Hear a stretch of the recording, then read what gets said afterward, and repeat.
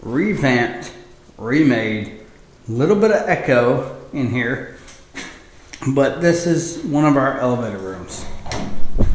We'll go back outside. Fire extinguisher, danger, electric machinery, blah, blah, blah, blah, authorized personnel. This is our elevator room. Nothing really exciting. There's a tank, shut-off valves. There's electrical box here that does random crazy crap, which is, wow, there's a fuse there. Wow. Okay. These elevators are Maori elevators, as you can see here. They were put in 1986 and still running strong. 2 of them on our property anyway.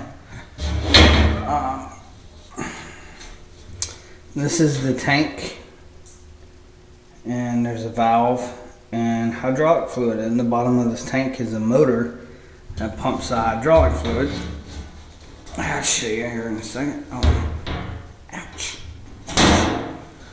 So much sharp metal and stuff. Pumps it into here. I guess you call this the accumulator. And then it goes into the ground. There's a piston.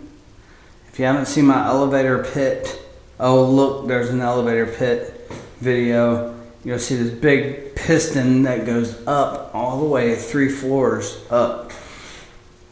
What this does is right now, I believe this is on the 1st floor, and somebody might call for it.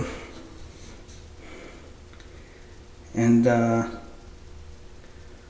what it does is simply pump the hydraulic fluid into that cylinder. And then when it comes down, the pump doesn't run, it just releases the hydraulic fluid through this valve, which is calibrated through these little thingamajiggers. There's one certain valve on here that we can actually turn and get the resin out of the elevator, and it will release all the hydraulic fluid very slowly. And then if anybody's stuck in the elevator, then we can lower the elevator. It might go past the pit, maybe a foot or 2, but with that we can still get the people out. We can open the doors, get them out, and get a elevator repair company out here and then repair the elevator. So that's how that works. We can do that, and we're not really supposed to do all the lowering of the elevator and stuff like that. It's not dangerous. When the elevator comes down, then it's basically going through that valve, and that valve is releasing the hydraulic fluid slowly. So we can just crack that valve until we hear. It takes it a while. It's a lot slower than when it's running, but we can crack that valve open, and the elevator comes down. We get the resident out safe and sound. If they're in a wheelchair, we ask them, "Hey, can you walk a couple steps?" And then we'll get your wheelchair out. We'll lift up the wheelchair and get them out. And then we'll call the elevator company without getting the fire department into this, because the fire department's going to want to rip open the doors, just cause thousands of dollars worth of damage in most cases. It has a tank heater. That's a small breaker box here. It heats the hydraulic fluid, keeps it warm so it's fluent. This is the main breaker. It just kills the power to the whole thing. Light switch, as stated in one of my other videos. Fire extinguisher. This little doodad here on the wall, which is not working at the moment, but it's a vent that is supposed to suck out the fumes in here. And we went over the electrical box. This 1980s technology here, and just they have it with bus blocks, and that's how they get some of their electronics to it. This could be an important tool. I don't know. I don't know what that is. And looks like we have a maintenance log here.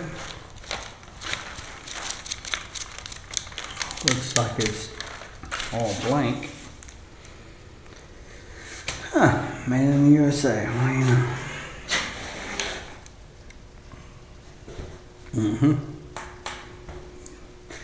I got a little GFI here for some tools if they need to work on this, and a light smoke detector. If this thing's been known to cause a bit of a ruckus. I'm not gonna mess with that because there's a little bar right here that has a little reset button and stuff, and not gonna mess with that because I don't want to have to. I'm the only one here right now, so don't want any elevators going down. That's for sure. It's Jeff the Maintenance Man. It's been like a little elevator room tour, and I'm sorry it's not more interesting, but that's how pretty much the elevator works. Shoots in hydraulic fluid, comes up to a piston, comes up, and when it goes down, it releases the hydraulic pressure, and then the sensors take over, and there's a reflector, has a photoelectric sensor in the shaft. It would be nice to make a video of me being in the shaft while the elevator's running, but I'm not that bold and it's not allowed. If I was caught doing that, there we go. If I was caught doing that, then yeah. So let's see what's happening here.